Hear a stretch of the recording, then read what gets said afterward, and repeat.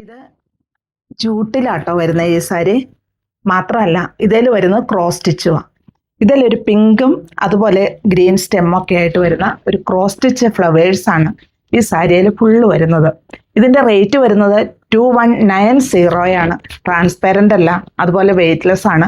നമുക്ക് വെയർ ചെയ്യാനൊക്കെ എളുപ്പമാണ്. ഒതുങ്ങി കിടക്കുന്ന മെറ്റീരിയലുമാണ് കേട്ടോ. ഇങ്ങനെയാണ് ഇതിൻ്റെ പല്ലു പോർഷൻ വരുന്നത്. ഫുള്ളായിട്ടും ഫ്ലവേഴ്സ് ക്രോസ് സ്റ്റിച്ചാണ് വരുന്നതും. വിത്ത് ബ്ലൗസാണ്. ബ്ലൗസ് പീസ് പ്ലെയിൻ ആയിട്ട് തന്നെയാണ് കേട്ടോ വരുന്നത്.